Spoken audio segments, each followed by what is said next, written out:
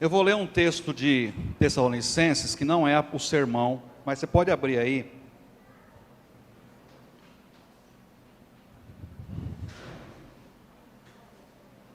Colossenses 2. Perdão, 2 Tessalonicenses 2.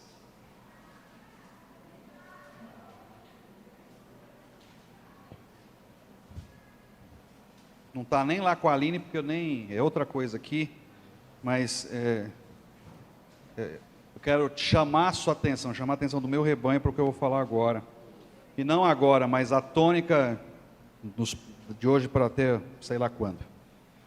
Irmãos, o texto do capítulo 2, do 1 até o 11, Paulo vai falar aos Tessalonicenses sobre a segunda vinda de Jesus. Tá? E vai falar especificamente sobre o anticristo. Irmãos, quanto à vinda de nosso Senhor Jesus Cristo e a nossa reunião com Ele, rogamos a vocês que não se deixem abalar nem alarmar tão facilmente, quer por profecia, quer por palavra, quer por carta supostamente vinda de nós, como se o dia do Senhor já tivesse chegado. Não deixe que ninguém os engane de modo algum, antes naquele dia virá a apostasia, e então será revelado o homem do pecado, o filho da perdição.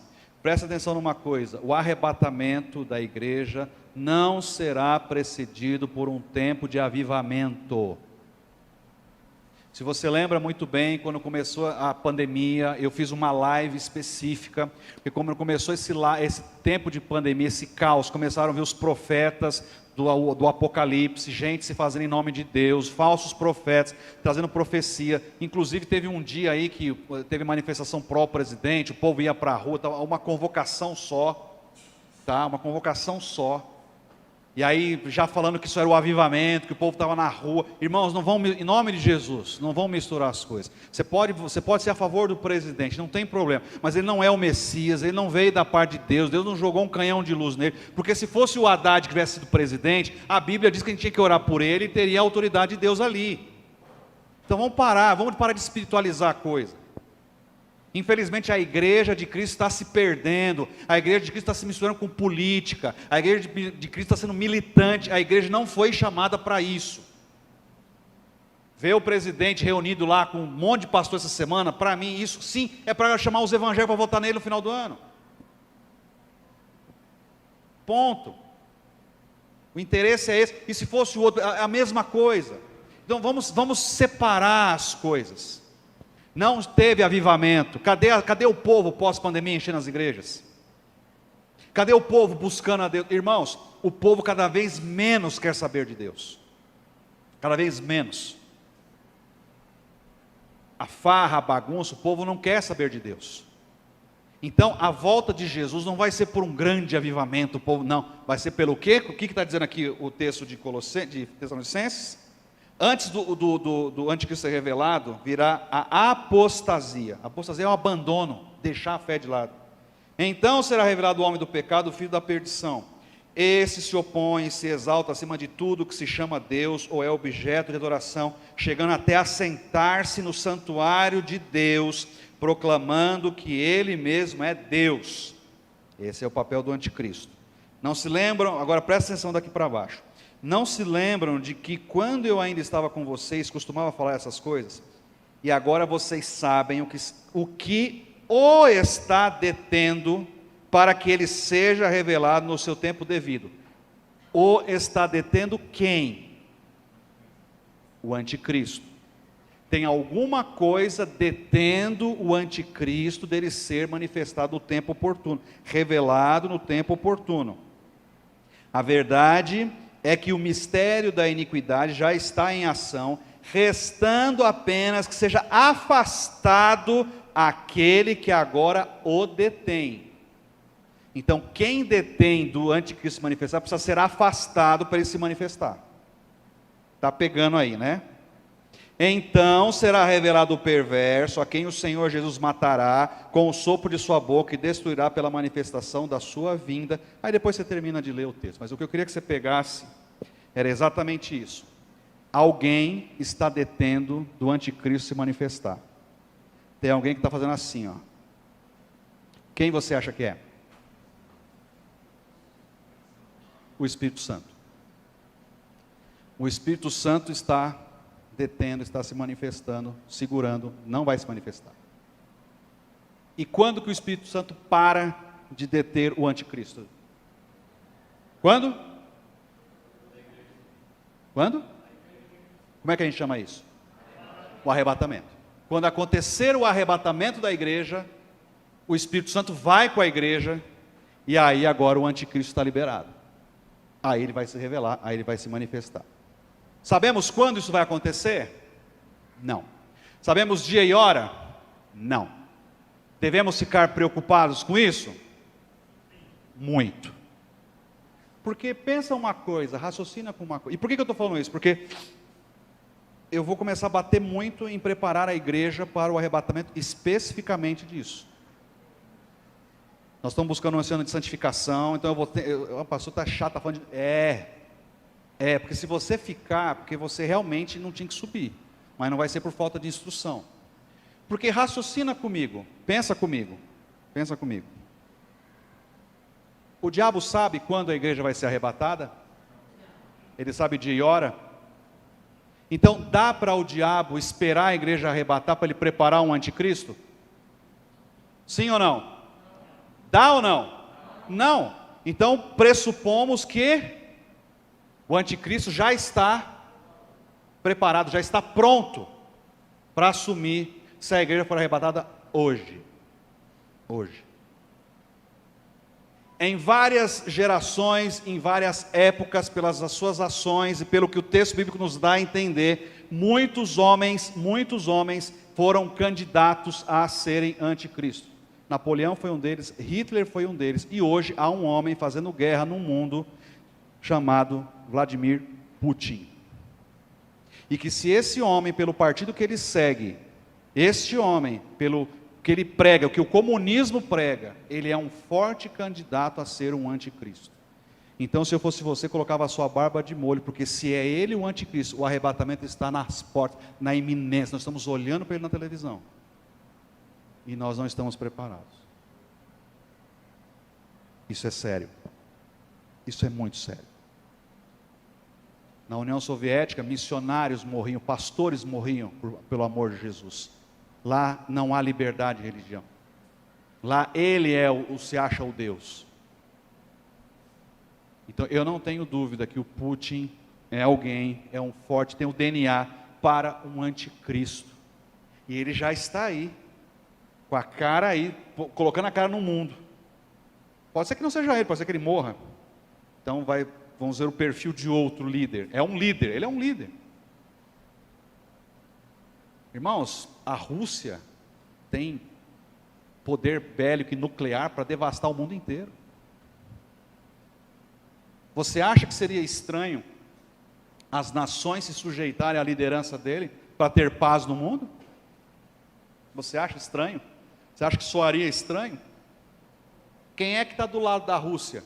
A China, maior potência comercial depois dos Estados Unidos, e a China está cada vez mais ganhando território, ganhando mais espaço. Você estudar geopolítica te coloca dentro das escrituras. Você não pode ser ignorante e não olhar o que está acontecendo, você tem que olhar e olhar aqui. Então eu só estou falando isso, vai ter uma série de pregações, nós vamos ficar um mês inteiro falando sobre os últimos tempos, a volta, nós vamos preparar a igreja sobre isso, mas todo sermão eu vou estar batendo sobre isso, porque é tempo de acordar. Jesus está às portas, tem uma guerra escancarada aí mostrando isso, e nós estamos aqui, e não estou fazendo, estou aqui, o arrebatamento vai acontecer, e você vai ficar, e aí não vai ter conversa, e eu não vou estar aqui para te orientar. De duas uma, ou você morre por amor a Jesus, ou você apostata e vai para o inferno, ou você nega Jesus e vai para o inferno. Por isso que nós temos que andar em santidade agora, por isso temos que renunciar e buscar agora, porque Jesus está voltando. Então guarda isso no seu coração, em nome de Jesus, porque é muito sério. Vou deixar muito claro, eu não estou pregando a data do arrebatamento, não estou falando que é agora, tenha discernimento do que eu estou dizendo. Não estou falando que o Putin é o anticristo, só estou falando que o anticristo já existe, ele já está no nosso meio, já está pronto para assumir, porque o Satanás não sabe quando vai acontecer o arrebatamento. E se o arrebatamento acontecer hoje, aí entra um detalhe que não vou entrar aqui no mérito, tá? Mas o acontecimento, o arrebatamento vai acontecer hoje, o Espírito Santo sai de cena, amanhã o anticristo é revelado, e a primeira coisa que vai acontecer, ele vai assinar um pacto de paz com Israel. Aí começa a tribulação. 7 anos. 7 anos. O mundo está acontecendo aí, ele nem fica, não, Maranata, vem Senhor Jesus. Pode ser que seja assim. Pode ser que seja a nossa geração que vai ver o arrebatamento acontecendo. Você está pronto para se encontrar com Deus? Você está andando em santidade? Você está evangelizando as pessoas próximas de você que estão indo para o inferno nesse momento, se morrer sem Jesus? Porque, olha, Ricardo, se com o Espírito Santo agora já é complicado, pensa se é um Espírito Santo que nos convence do pecado e do juízo. Pensa se é um Espírito Santo para nos instruir na palavra. Você tem que subir, meu irmão. Porque sem o Espírito Santo aqui, se você ficar, vai ser a coisa mais terrível do mundo. Eu estou só fazendo essa breve introdução para a gente acordar, mas porque eu vou sempre estar batendo nisso. E a pregação que eu vou trazer hoje para vocês é sobre escolhas que fizeram a diferença. É uma questão de escolha, irmãos. Nós temos que parar de ficar colocando a culpa das coisas que acontecem na nossa vida em circunstâncias dos outros. Eu não tive, desculpa, eu sou um pouco contra esse negócio que eu não tive oportunidade. Você faz as oportunidades acontecerem. Você é responsável. O ser humano, ele tem uma tendência ao vitimismo, a ficar parado e tal, não sei o quê, lá, e pá, e vai, ai tadinho de mim, sacode, vai, levanta e faz acontecer. Vê a biografia, por exemplo, do ex-ministro do Supremo, o Joaquim Barbosa, um dos poucos negros que assumiu a Suprema Corte, um homem que na sua adolescência era faxineiro, e foi crescendo e foi avançando até chegar no cargo mais alto do judiciário brasileiro. Nós temos que correr atrás, nós temos que pensar, temos que orar, Deus nos dá sabedoria, mas nós temos a tendência de culpar o outro. Mas eu não emagreço porque é por causa da culpa do doce.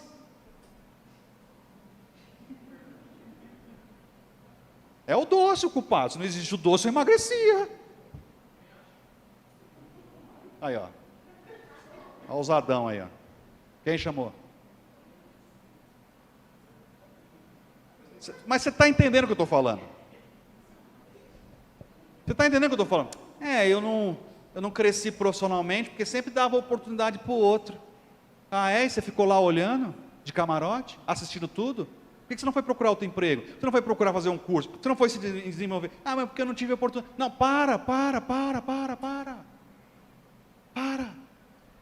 Você escolheu ficar ali, você escolheu se acomodar, você escolheu ficar achando que nada ia acontecer com você.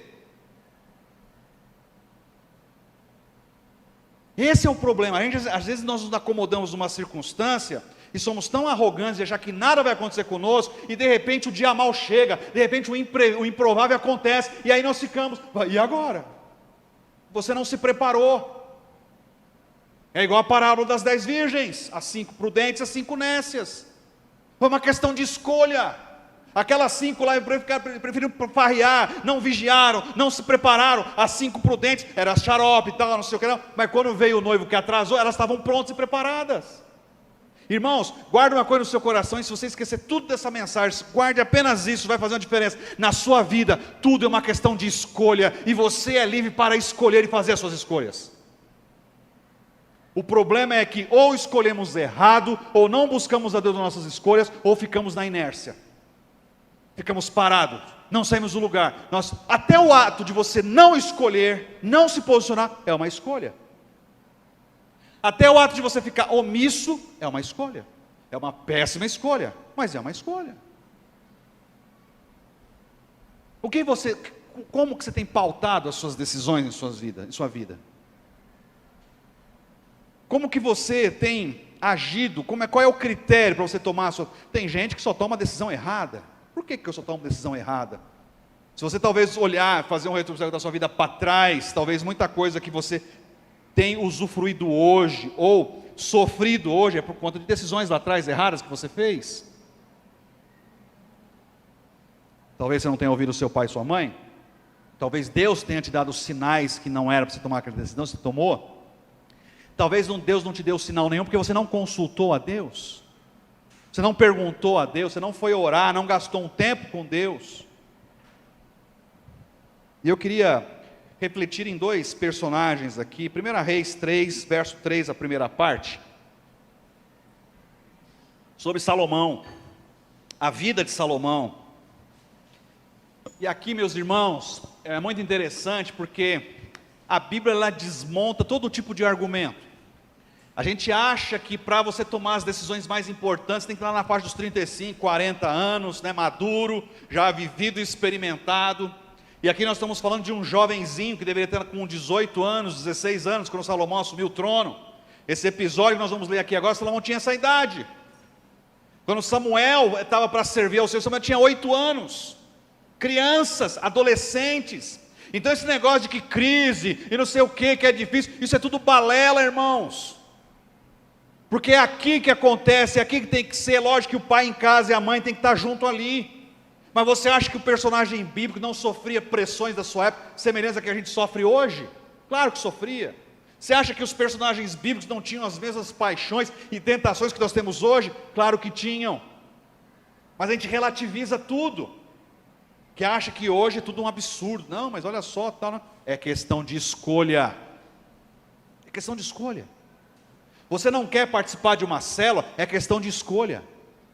Você não quer contribuir com dízimo e oferta, é questão de escolha. Para de dizer que não dá, para de dizer que não pode, para de dizer que você está apertado. É uma questão de escolha. Você está escolhendo não contribuir, você está escolhendo não participar, você está escolhendo não se batizar, você está escolhendo não entregar a sua vida. É uma questão de escolha. Você está escolhendo não andar em santificação. Se o arrebatamento acontecer, você não sobe. Foi um fruto da sua escolha. Nós temos que ser honestos conosco e parar de dar desculpa. Por que eu não faço isso? Por que eu não faço aquilo? Não, não é culpa do doce. Eu sou sem vergonha, eu sou preguiçoso, eu falta força de vontade. Para outras coisas eu tenho, mas para isso eu não tenho. Eu não tenho domínio próprio, eu não tenho controle. É isso, para de dar desculpa. É uma questão de escolha. Por muito tempo eu, estou falando de mim agora, ficava, né? Até que eu tive que chegar, o médico esfregar no meu rosto, assim, os exames, seu sistema, seu corpo vai entrar em colapso. E minha esposa tem que falar assim: você vai morrer e você vai deixar uma filha. Não seja irresponsável. E me chamou junto ali. Aí eu tive que parar e escolher o que eu queria. Ficar inventando desculpa? Doía joelho, doía quadril, doía tudo. Emagreci um pouquinho, foi 13, preciso perder mais 10. Mas meu corpo já deu uma guinada. Questão de escolha. Questão de escolha. Você quer escolher ficar desse jeito? Você escolhe. Mas não põe desculpa nos outros. Não põe desculpa em ABC. Não põe desculpa em circunstância. Ah, mas eu sou pobre. Não, olha, irmãos, a pior coisa que tem alguém pôr desculpa na sua condição. Olha, eu já vi tanto pobre, mas rico. Já vi tanto pobre que sobra abundância na vida dele. Então, pobreza, o que você ganha, isso não é desculpa. Porque tudo é uma questão de escolha. 1 Reis 3, verso 3, lá diz assim: Salomão amava o Senhor, pois andava de acordo com os decretos do seu pai Davi. Salomão amava o Senhor. Eu acho muito interessante esse texto, né? E como esse texto já nos dá uma diretriz, né? Como ele, é difícil você pegar um texto bíblico em que ele demonstra, ele derrama o que está no interior da pessoa. Então, por exemplo, Salomão amava o Senhor, mas como é que se pode afirmar que ele amava o Senhor? Porque amor, ele é um sentimento subjetivo, abstrato. Como é que eu vou dizer que a Gabi não ama o Senhor? Eu não posso afirmar isso. Mas o autor do texto bíblico já nos diz isso. O porquê que ele amava? Porque ele andava de acordo com os decretos de Deus. Do pai de Deus, pai de Davi. Seu pai Davi.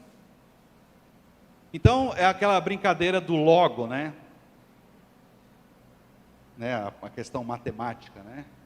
Se você obedece a Deus, você ama ao Senhor, né? Se você obedece, logo você ama. Se você não obedece, logo você não ama a Deus.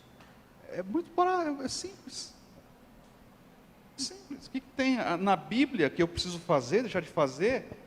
O amar ou não, aí é muito interessante, né? Mas ninguém pode me julgar, só Deus. Para com essa bobagem.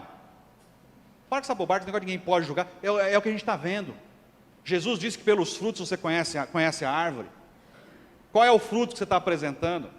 Qual é o fruto que as pessoas estão vendo?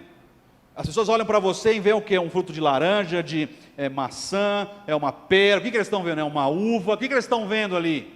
É um fruto bom, maduro, é um fruto que dá vontade de você estar perto, é um fruto podre, estragado. Elas estão vendo. Não é questão de julgar, não é questão de nada disso, é o que se vê. E hoje as pessoas escondem nisso, porque não, ninguém pode me... Não, como não pode? Sim. Você está dando um mau testemunho, as pessoas não sabem que você é cristão, você é fruto podre. Ou você precisa se converter de verdade, ou se santificar. Nós temos que nós temos que chamar a responsabilidade. Paulo chamava a responsabilidade. Sede meus imitadores, como eu sou de Cristo Jesus. Paulo falava, pode olhar para mim sim, confira a minha vida. Nós temos que chamar junto essa responsabilidade como cristãos. Não, pode olhar para mim, eu sou falho, eu sou pecador, eu estou me esforçando, tal. Não, hoje as pessoas querem sair fora. Não, olha para lá, ó. Porque quando você está olhando para lá, as pessoas deitam e enrolam. Sem compromisso, sem nada. Deita e enrola. Salomão vai ter um momento aqui com Deus. Davi morre, Salomão ele vai assumir o trono, e no verso 5 de 1 Reis, 5 em diante, ele vai ter um momento com Deus. Você sabe da história. E o Senhor aparece a ele em sonho, verso 5, em Gibeão o Senhor apareceu a Salomão num sonho à noite, e lhe disse, peça-me o que quiser, e eu darei a você. O Senhor provou Salomão. Porque, pense se alguém aparecer a você e pedir, peça-me o que quiser, e eu darei a você. O que a sua cabeça já reproduziria? Você consegue imaginar? Peça-me o que quiser, e eu te darei. Eu já daria uma lista de contas que eu estou devendo, um nome de gente que eu não gosto, para ele mandar um laser. É só eu que faria isso? Já peguei, né? Já pediria uma promoção no trabalho, pá. Sim ou não? Pode me pedir o que você quiser. O que você quer? Primeira coisa que a gente faz é olhar para o nosso umbigo e ver as nossas dificuldades, ver os nossos problemas, como é que a gente pode melhorar. Primeira coisa. Deus está provando Salomão ali, está provando o coração de Salomão, para entender se o coração de Salomão estava tão bem como estava o coração do pai dele, Davi. E Salomão, ele surpreende. Não vou ler o texto inteiro, porque você já sabe a história. O que Salomão pede a Deus? Sabedoria. O senhor foi tão bom com meu pai e tal, eu sou tão jovem, olha a humildade de Salomão, sou tão jovem, inexperiente para lidar com esse rebanho todo, eu preciso de sabedoria, porque eu posso ser um rei justo, tal. A palavra de Deus diz que o pedido agradou ao Senhor, e o Senhor disse o que para Salomão? Porque você pediu isso, até o que você não pediu, eu vou dar para você. Vou te dar riqueza, fama, glória, o seu nome você não vai ter inimigos. Olha que princípio espiritual por trás disso tudo. Quando você escolhe, olha, estou falando de escolhas. Quando você escolhe o reino e escolhe a Deus, e isso é prioridade na sua vida. Salomão não estava preocupado, Salomão podia pedir os inimigos, Senhor, eu quero... Né? Se você já estudou história, você vai ver que em grandes dinastias, em grandes reinos, a briga pelo trono era enorme. Irmãos se matavam para ocupar o trono, para não ter, irmãos mais novos matavam os mais velhos e o pai, para que ele pudesse ser o herdeiro e sentar no trono e reinar. O poder mexe com a pessoa, mexe com o ser humano, e Salomão está sendo provado por Deus aqui nessa questão de poder. Salomão já tinha visto a glória do seu pai Davi, visto o que tinha acontecido, e agora tudo aquilo seria dele. Israel naquela ocasião era semelhante ao que é os Estados Unidos hoje, em termos de riqueza, de glória e de poder bélico. Israel em Salomão é o ápice da glória que Deus tinha imaginado para aquela nação. Tudo aquilo que o Senhor prometeu a Abraão lá atrás, chega ao seu ápice em Salomão. em termos de conquista de terra, de poder, de pessoas. Só o exército pronto para a guerra tinha mais de 600 mil homens. 600 mil homens para a guerra. A Rússia não está nem com 30 mil lá. Israel tinha 600 mil prontos para a batalha, nas 12 tribos. Fora a riqueza, né? No Palácio de Salomão, os pavões circulavam. A rainha de Sabá ficou abismada em ver como os funcionários de Salomão se vestiam. A riqueza nos estoques de tesouro de Salomão. Quando você escolhe o reino, e aqui, irmãos, eu não estou falando para você abandonar a sua vida para ser um pastor, um missionário, porque aqui é um chamado específico. Mas eu penso que quando você está na iminência de conseguir um emprego, ou trocar de emprego, ou fazer qualquer situação assim, você precisa perguntar a Deus: Senhor, isso aqui vai glorificar o Teu nome? Isso aqui vai exaltar o Seu nome? Eu vou ser bênção para o Senhor nesse lugar? O nosso grande erro é achar que a nossa vida lá fora está desconectada com Deus.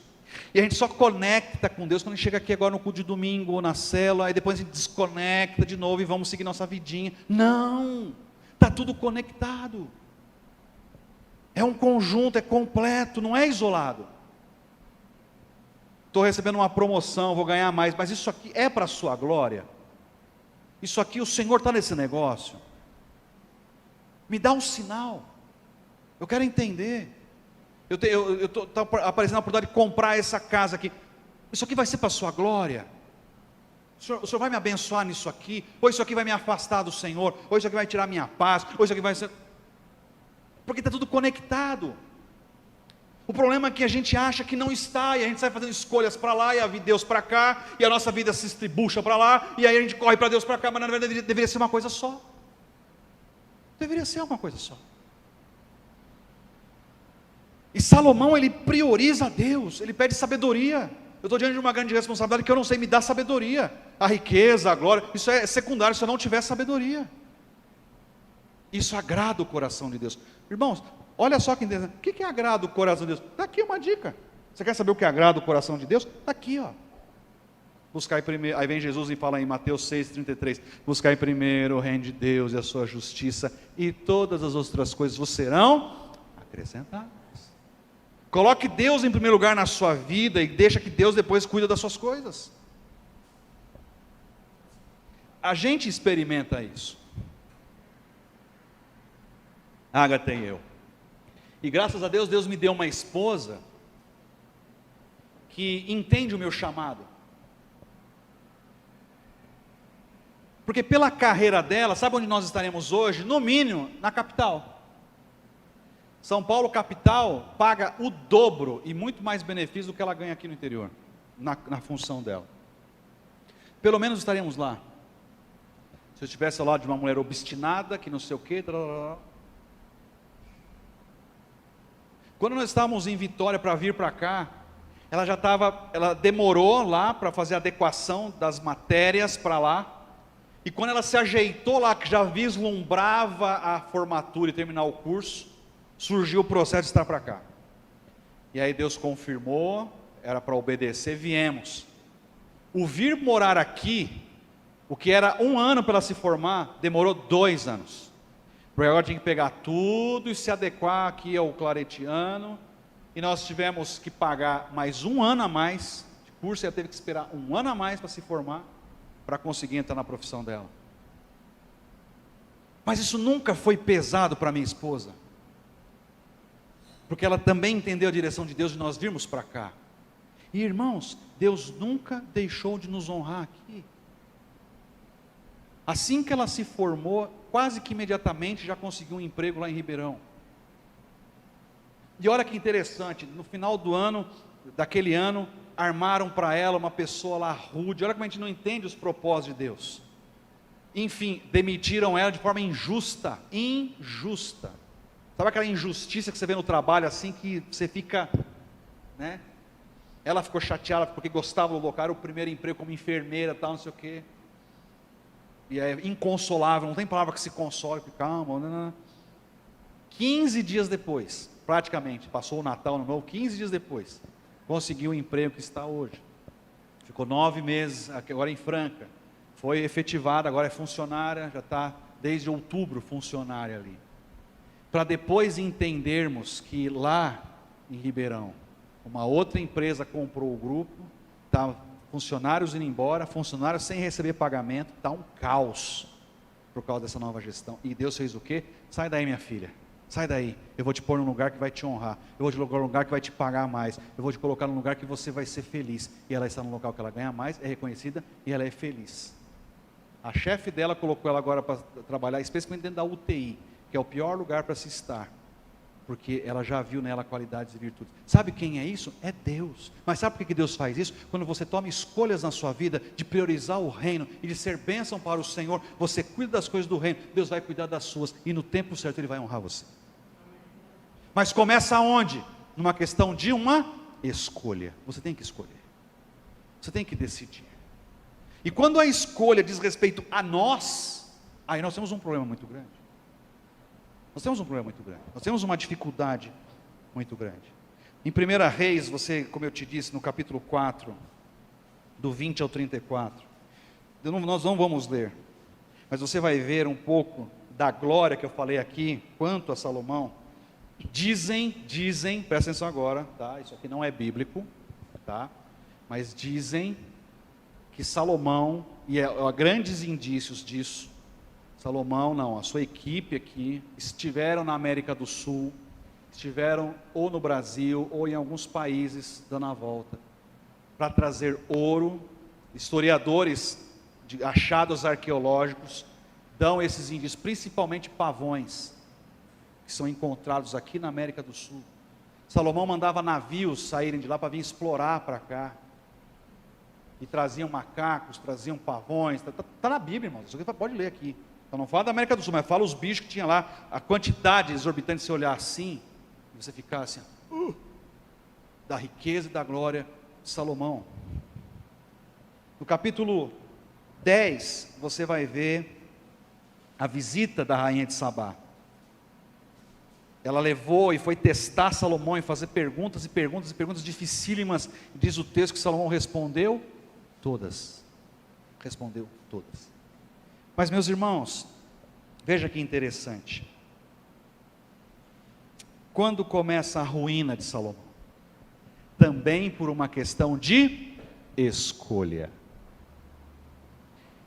E quando a gente não observa a palavra, Provérbios vai dizer para nós guardarmos o nosso coração. Jesus vai dizer que onde estiver o teu tesouro, ali estará o teu coração. Onde estiver as tuas prioridades, onde estiver os teus valores. Salomão foi um homem que amou muito. Salomão foi um homem apaixonado. Salomão teve 700 princesas. Muitas dessas princesas, dessas mulheres, eram arranjos comerciais que eram feitos com outros países, em que você selava com o matrimônio, com o casamento. Mas muitos porque ele amou mesmo. E teve 300 concubinas. Salomão podia ficar mais de 3 anos com uma mulher por dia, sem enjoar. Pensou, Ricardo, que beleza? Sem enjoar. Não, mas já faz 3 anos que eu não te vejo, olha que beleza. Não tinha aborrecimento para Salomão. Hã? Uma soja, né? Ah, mas elas ficavam bem longe, viu, Alain? Bem longe. Né? Bem longe. Só que, irmãos, essa foi a fraqueza de Salomão. Olha que interessante, no capítulo 11. Olha como que a palavra de Deus, né, traz a verdade. Né? O rei Salomão amou muitas mulheres estrangeiras, além da filha de Faraó. Eram mulheres moabitas, edomitas, sidônias e hititas. Agora presta atenção quando começa a desobediência. Elas eram das nações a respeito das quais o Senhor tinha dito aos israelitas: vocês não poderão tomar mulheres dentre essas nações, porque elas os farão desviar-se para seguir os seus deuses. No entanto, Salomão apegou-se amorosamente a elas, casou com 700 princesas e 300 concubinas, e as suas mulheres o levaram a desviar-se. As suas mulheres o levaram a desviar-se. Aí quando o pastor chega e orienta você a não se envolver amorosamente com alguém que não é cristão, que não é servo de Deus, que tem jugo desigual, você fica bravo com o pastor. Está na palavra. E aí você insiste, avança no relacionamento, a pessoa nunca aceitou Jesus, não vai aceitar Jesus, e você entra num matrimônio, você se afasta, você fica longe, por quê? Porque queria casar. E a gente coloca a culpa em quem? No pai, na mãe, em Deus? Não, a culpa é sua, você fez essa escolha. Está na palavra. Ó, Pedro, Mateus, Estherzinha, Gabi, quem mais que é solteiro aqui, dos jovenzinhos aí? Vocês estão tudo lascados porque vocês ouviram esse sermão. Vocês já ouviram, se lascou, vocês nunca vão poder, eu não sabia, não, está sabendo. Ih, agora. Então a partir de agora é uma questão da escolha de vocês, viu? Questão de escolha. Quantas jovens eu vi na vida que começaram a se envolver com pessoas não crentes, não, mas eu vou trazer para gente, não, eu vou. Irmãos, namoro não é método de evangelismo, não é. Não é. A mesma proporção matemática que tem para você trazer para Jesus é a mesma para levar você para o mundo, 50%. Só que a diferença é que o diabo tem mais poder nesse aspecto, porque trazer para Deus não depende de você. É de uma coisa que você não sabe. Você não sabe se Deus vai trazer ou não, você não sabe quando Deus vai agir, como é que Deus vai agir. Você tem esse poder de determinar para Deus fazer as coisas? Você não tem esse poder. É uma aposta. Eu diria que é como um bilhete da loteria. Você pode jogar a vida inteira acreditando que um dia você vai ganhar. Eu posso dizer que você nunca vai ganhar na loteria? Posso fazer essa afirmação? Não, não posso. Hã? A senhora não joga? Não tem fé para jogar?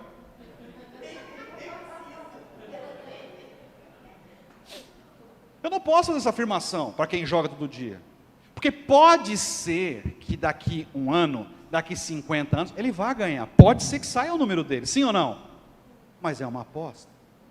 Da mesma forma, tão certo, quem se envolver num namoro, pode ser que ele se converta. Eu posso dizer que ele nunca vai se converter? Não, não posso.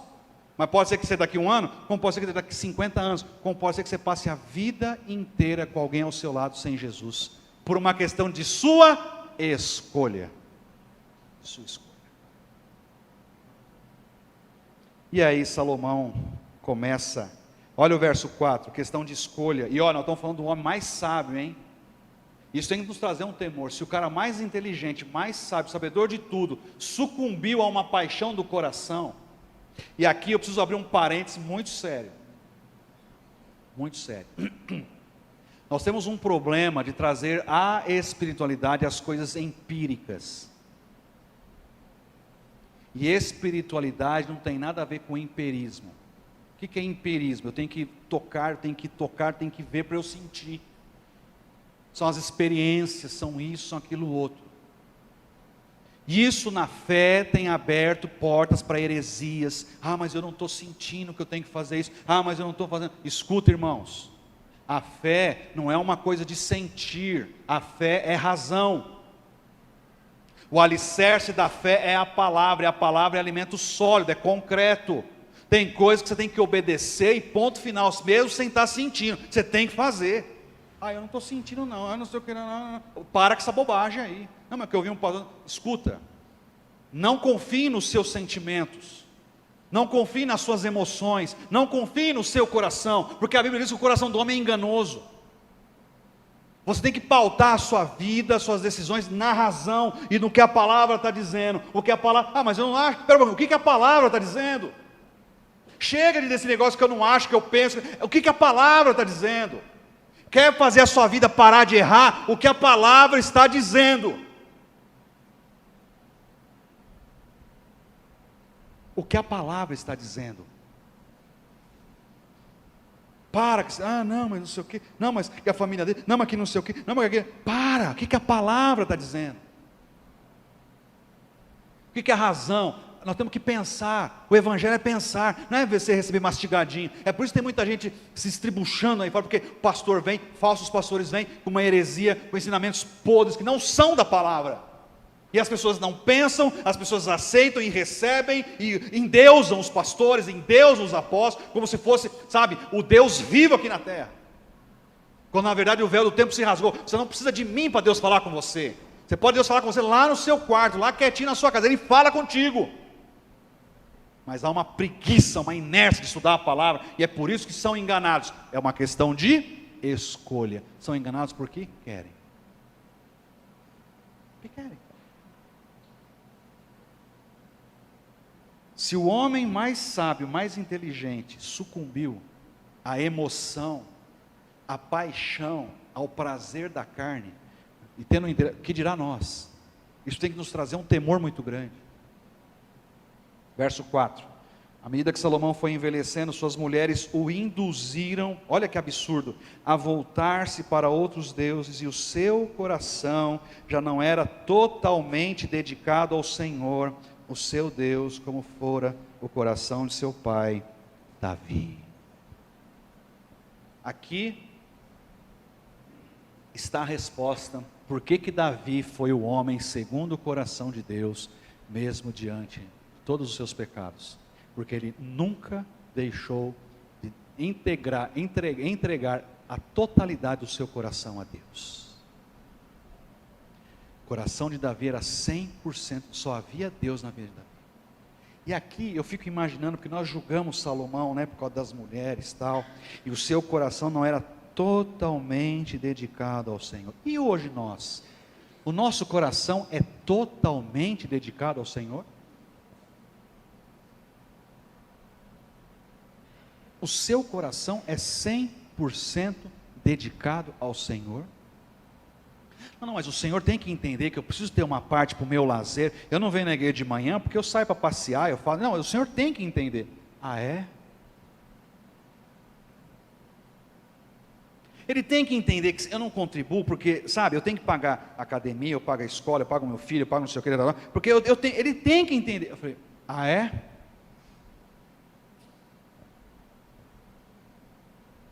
O diabo não precisa tirar você da igreja, ele vai colocando coisas no meio do seu caminho. E vai fazendo que o seu coração já não seja mais 100% de Deus. Ah, quando a gente se converteu, lembra quando você se converteu? Lembra o primeiro amor?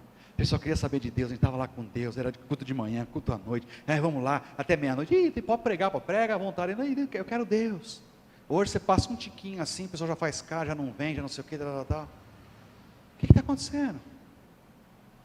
E a gente julga Salomão por causa das suas mulheres, os outros por causa dos ídolos. Não, nós temos ídolos, eu já preguei sobre isso aqui, nós temos ídolos no nosso coração, que fazem que a nossa vida não seja mais entregue a Deus 100%, nós somos igual Salomão. Nós não temos que falar de Salomão, porque muitos de nós, no nosso coração, não é mais 100%. Não é mais 100%. Quantos irmãos estão me ouvindo aqui, ouvindo na internet, que podiam estar servindo a Deus com seus dons e talentos, mas não fazem, não servem, não colaboram, não contribuem, não participam, não visitam, não vão a culto, não vão em célula, não fazem nada. Não é só aqui não, em todo lugar aí. Pastores sofrem em conduzir o povo de Deus. Pastor Álvaro estava comentando aqui, né, sobre a questão da igreja. Pastores abandonando o ministério a rodo, irmãos. Nunca houve um tempo de tanta debanda de pastor, tanto tirando a própria vida, quanto abandonando o ministério. Porque não é fácil você querer conduzir um povo que não quer ser conduzido. Não é fácil. Ontem me doeu o coração de ver o ministério infantil fazendo tudo com capricho ali, aqui, as crianças, o preparo, e a igreja não veio. A igreja não veio, porque eram crianças. As crianças são prioridades do reino. Onde estava a igreja? Qual é a desculpa que vai dar ao Senhor? Se Ele voltasse hoje, por que você não foi? Então, cada um vai ter uma. Cola essa desculpa. Não, não cola. E queremos subir no arrebatamento. Me faz rir. Me faz rir que vai subir no arrebatamento. Ainda bem que Jesus não está voltando hoje, porque se voltasse hoje, eu diria para você, sem medo de errar, 80% da igreja de Cristo hoje não ia subir, porque não está pronta para subir para o arrebatamento. Está levando Deus de qualquer jeito, de qualquer maneira. Está brincando com Deus. Acha que Deus é só mais um canal da Netflix. Você gosta ou não. Põe lá, é Deus, é a igreja. Mas é só mais um canal. É só mais um aplicativo do meu celular. Não, não é. Ou ele é tudo na sua vida, ou ele não é nada. Ou a sua vida, tudo tem que ser por ele, ou não é nada. Porque não pode ser dividido. Não pode. E me desculpe se essa palavra é dura demais para você. Você pode se levantar e sair, não tem problema. Porque eu não estou aqui para te agradar. Eu só quero chegar diante de Deus com as mãos limpas e dizer assim: eu avisei, Senhor. O Senhor me colocou um rebanho para cuidar e eu pastoreei eles. E eu disse a verdade para eles, gostando eles ou não. E se você não concorda comigo, pode me contestar, mas me contesta na palavra. Na palavra. Porque a gente cada hora inventa uma desculpa para não ser bênção na mão de Deus. A gente tem um discurso pronto. Discurso pronto. Quando na verdade é uma questão de escolha. Salomão podia dizer que, mas foram as mulheres. Engraçado, né? Adão colocou essa culpa, não foi para Deus? Foi a mulher que o Senhor me deu, não foi? O sem vergonha do Adão, né? Foi, aqui, ó. Eu estava bem sozinho, mas o Senhor inventou de enfiar ela aí, ó. Aí o que a mulher falou? Foi a serpente, não foi? Olha como que é a tendência do ser humano não olhar para si. Salomão podia fazer isso? Não, não podia. Nem Adão podia, mas Salomão não podia. Por quê? Porque já estava na palavra, já estava na lei. Não pega, não casa com essas mulheres. Salomão já sabia. Não era para casar, porque já tinha lá a listinha que Deus tinha proibido de casar.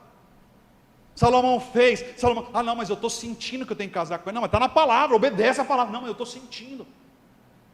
Vai continuar sentindo para você ver. Daqui a pouco você sentiu o fogo do inferno no seu pé queimando. Eu estou sentindo, está sentindo. Você sentiu demais, está vendo? Esse é o problema.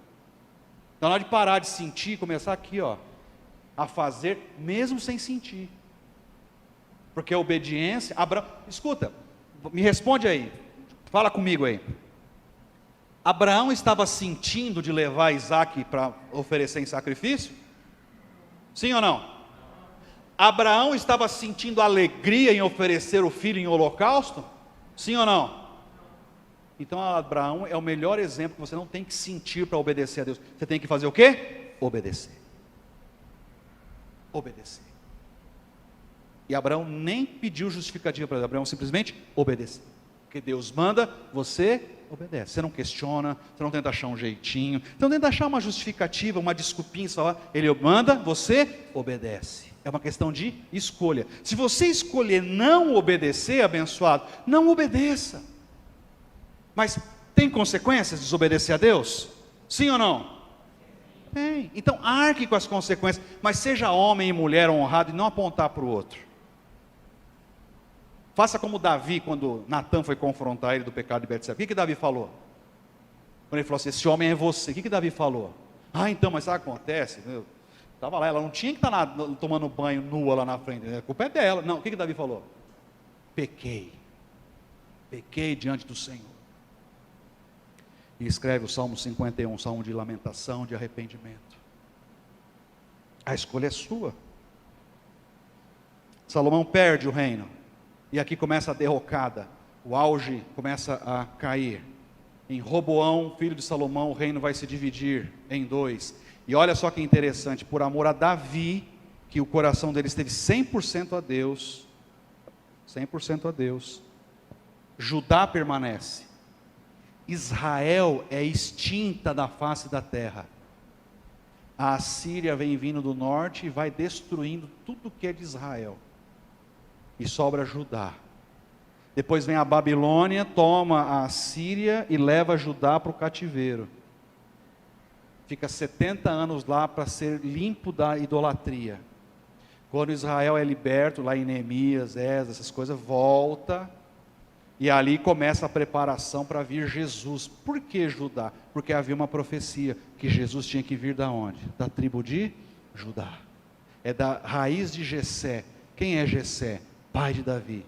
É uma profecia bíblica. Jesus é descendente direto de Davi. Por isso que a lâmpada nunca ia se apagar sobre a casa de Davi. Porque o Senhor honra a sua palavra. O segundo personagem que eu queria falar com você e para já terminarmos, está em 2 Reis 2:9. É a história de Elias e Eliseu. Elias já foi comunicado pelo Senhor que ele vai ser recolhido, tinha que escolher Eliseu, e escolheu Eliseu, e ninguém sabia quando Elias ia morrer, estava aquela coisa mais ou menos, tipo igual o arrebatamento, ninguém sabe quando vai acontecer, e aí vem essa porção das escrituras, olha o que diz a palavra do Senhor: havendo eles passado, Elias disse a Eliseu: pede-me o que queres que eu te faça, antes que seja tomado de ti. Disse Eliseu, olha, o mesmo pedido praticamente que Deus fala para Salomão: pode pedir o que você quiser, o que você quer de mim? E o que ele pedisse para Eliseu, Eliseu tinha poder profético para realizar. O que ele pedisse, Eliseu tinha poder para isso. O que Eliseu pede? Peço-te que me toque por herança, porção dobrada do teu espírito. Porção dobrada, olha irmãos, que coisa linda. Eliseu não pede uma porção de terra, Eliseu não pede, interessante, né, que eu já preguei aqui sobre a oração de Jabes, está lá em Crônicas. Jabes pede que a tua mão esteja sobre mim, Jabes pede reconhecimento, não está de todo errado isso daí. Eliseu não pede nada disso, Eliseu pede algo espiritual. E minha pergunta para você é: as suas escolhas, elas estão com cunho e peso de ordem espiritual? Colossenses vai dizer lá: olhai para as coisas que são do cima, pensai nas coisas que são de cima. Nós estamos olhando, trabalhando e pensando aqui nas coisas que são de baixo, ou tudo que passa por nós, o foco é lá em cima, o foco é o reino. Tudo que você for fazer, você está pensando em Deus, ou Deus é só uma parte, um acessório, ou é um botão vermelho de socorro, de incêndio, quando você está passando por necessidade,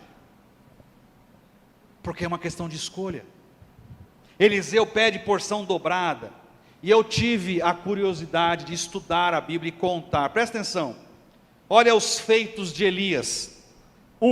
profetizou a seca sobre Israel, 1 Reis 17, 2, a viúva de Sarepta, multiplicação de alimentos até acabar a seca. 3, ressurreição do filho da viúva. 4, desafiou e venceu os profetas de Baal. 5, ora para que chova e acabe a seca, 1 Reis 18. 6, confronta Acabe e Jezabel quanto à vinha de Nabote, 1 Reis 21. 7, confronta Acasias, rei de Israel, 2 Reis 1. 8, a morte sem soldados com fogo do céu pela palavra de Elias, 2 Reis 1. 9, dividiu o Jordão com seu manto para atravessarem a seco, 2 Reis 2. 10, foi arrebatado numa carruagem de fogo. Os feitos na unção profética de Elias. 10, que você vai nas escrituras e vai olhando, você conta lá. Agora olha os de Eliseu. 1, dividiu o Jordão assim que Elias foi arrebatado. 2, tornou as águas de Jericó saudáveis. 3, amaldiçoou os rapazes que zombavam dele, onde 2 ursas mataram 42. 4, profecia de vitória de Israel e Judá contra Moabe. 5, a multiplicação do azeite da viúva. 6, a cura da esterilidade da sunamita. 7, a ressurreição do filho da sunamita. 8, cura do veneno na panela. 9, multiplicação dos 20 pães para 100 homens. 10, cura de Naamã. 11, revelação das atitudes de Geazi. 12, amaldiçoou a Geazi com a lepra de Naamã. 13, fez flutuar um machado perdido. 14, revelação dos planos sírios ao rei de Israel. 15, cerco dos soldados sírios por anjos e a cegueira deles. 16, profecia sobre o fim da fome em Samaria e a morte do capitão do rei. 17, profetizou que Azael seria o rei da Síria e afligiria mal a Israel. 18, ordenou a unção de Jeú como rei de Israel. 19, profecia de Eliseu ao rei Joás. 20, mesmo depois de morto, quando um cadáver foi jogado em sua tumba e tocou os seus ossos, voltou a reviver. Eliseu pediu o quê? Porção dobrada. Elias fez 10, Eliseu fez 20. Porção dobrada. E isso que está registrado. Porque se Elias fez 40, Eliseu fez 80. Porção dobrada. Quais são as nossas prioridades, irmãos? Era claro que as prioridades de Eliseu era Deus. Era Deus. Onde você tem dedicado o seu tempo? O que você tem escolhido? Não é errado você assistir Netflix, não é errado você assistir futebol, não é errado você bater uma pelada. Não, não é errado. Mas e Deus? E o reino? E a sua justiça? E as pessoas que estão indo para o inferno? O arrebatamento está na porta, está para acontecer. Pessoas que você ama estão indo para o inferno. Deus vai cobrar de você o sangue dessas pessoas. O que essa igreja tem feito? É tempo de acordar. Não dá para a gente ficar mais dormindo nas cadeiras dos bancos, irmãos. Não dá para ficar passeando. É tempo de abrir mão, é tempo de buscar a Deus, é tempo de santificar. Jesus vem buscar uma noiva sem mancha, sem ruga, sem mácula. É tempo de acertar a vida, de consertar, de restaurar altares. Tem muitos altares destruídos e desfeitos. Deus passa longe da vida de muita gente aqui. Crentes de fachada, leva o nome de cristão, de evangelho, mas não tem nada. Seu coração está longe de Deus, porque tem outras coisas que dominam. Tem outras coisas que consomem. Tem outras coisas que buscam e controlam o seu tempo. Nós precisamos escolher a Deus. Nós precisamos escolher ao Senhor, buscar a Deus, colocar os seus dons. Escuta, quais são os seus dons? Onde você pode servir? A Deus, a igreja de Deus, a igreja de Cristo. Irmãos, a gente tem que implorar para os irmãos ir numa célula, tem que implorar para abrir mão, participar de uma célula. Ô, meu irmão, Deus abençoe, obrigado. Tem que implorar para ter líderes de célula participando. O reino de Deus precisa ser implorado.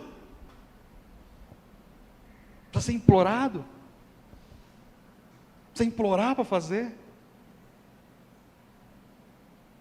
Não precisa. Mas é uma questão de escolha. E eu vou ser honesto com os irmãos.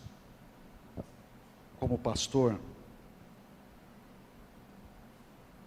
às vezes eu quero fazer as coisas do meu jeito. Às vezes eu gostaria que fosse na velocidade que eu quero que seja. E às vezes Deus tem que falar assim, não, mas não é assim que funciona. E aí eu falo assim, é verdade. Eles estão escolhendo que seja assim. Estão escolhendo não servir, estão escolhendo não participar, estão escolhendo. Então, é meu papel convencer para que escolham? Não. E já há algum tempo eu tenho entregue este rebanho na mão de Deus. Eu não vou esbravejar, eu não vou chicotear, eu não vou fazer nada. Porque quem vai trazer a visitação é Deus. Eu tenho pedido nas minhas orações, visita a primeira igreja batista em Batatais. Não com a sua ira, nada disso. Com a sua mão, não, nada disso. Visita. Para que haja temor. Para que acabem as brincadeiras, acabem as farras, para que a primeira igreja batista em Batatais leve ao Senhor a sério, com os seus dons, com os seus talentos, com aquilo que precisa ser feito, que parem de dar as desculpas, para que essa igreja avance. É tempo desta igreja avançar. Porque a igreja é do pastor Lucas? Não. De quem é a igreja? Jesus. Quem faz ou quem não faz para mim. Quem faz, não faz para me agradar. Eu fico feliz. Faz para Jesus. Para Jesus. Não é para mim. Daqui a pouco eu vou embora, eu morro. Jesus fica. É Ele que vai tratar com a igreja. Interessante que quando Ele tratou com Ananias e Safira, e você sabe o que foi que Ele fez, depois o texto diz que houve temor no meio da igreja.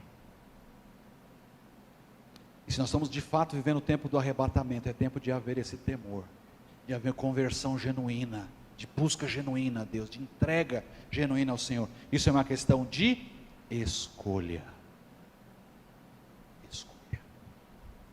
Quero encerrar, ler o texto de Lucas 9, 57 a 62, diz assim: quando andavam pelo caminho, um homem lhes disse: eu te seguirei para onde quer que fores. Jesus respondeu: as raposas têm suas tocas e as aves do céu têm seus ninhos, mas o Filho do Homem não tem onde repousar a cabeça. A outro disse: siga-me. Mas o homem respondeu: Senhor, deixa-me ir primeiro sepultar meu pai. Jesus lhe disse: deixe que os mortos sepultem os seus próprios mortos. Você, porém, vá e proclame o reino de Deus. Ainda outro disse: vou seguir-te, Senhor, mas deixa-me primeiro voltar e me despedir da minha família. Jesus respondeu: ninguém que põe a mão no arado e olha para trás é apto para o reino de Deus. Está aqui um exemplo clássico. Cada uma dessas pessoas tinha uma desculpa. Mas primeiro deixa, mas primeiro deixa, mas primeiro deixa. Tinha algo em primeiro lugar. E o Senhor Jesus deixou muito claro: não dá para você andar comigo se tem um mais primeiro no caminho. Ou você abandona, ou você anda comigo. Ninguém que pega a mão e olha para trás é apto.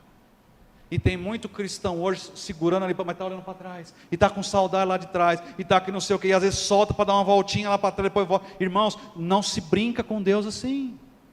Não se brinca com a igreja assim. Ou você leva o cristianismo a sério, ou você não leva. Ou você escolhe colocar a sua vida nas mãos de Deus e no altar do Senhor e serve, ou não escolhe, mas não dê desculpa. Não dê desculpa porque você não está fazendo, não dê desculpa porque você não está contribuindo. É uma escolha sua, da sua cabeça, da sua obediência ou desobediência, é uma escolha sua. Quando você não lê a palavra, é uma escolha sua.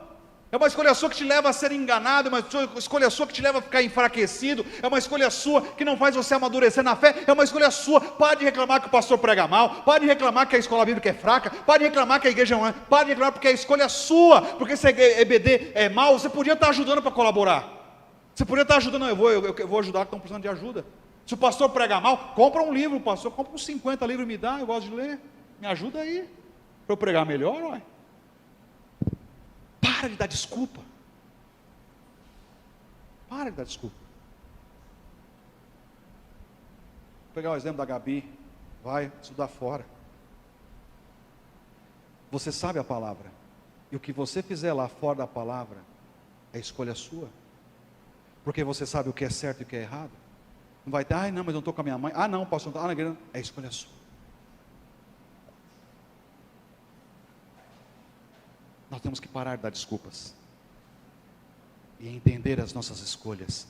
E começar a fazer escolhas certas. Escolhas que nos remetem para o alto, para o reino. Escolhas como Salomão fez e que agrade ao Senhor. A minha pergunta é, o que você está escolhendo hoje, o que você já escolheu hoje, está agradando a Deus? Deus pode dizer assim, ó, like para você.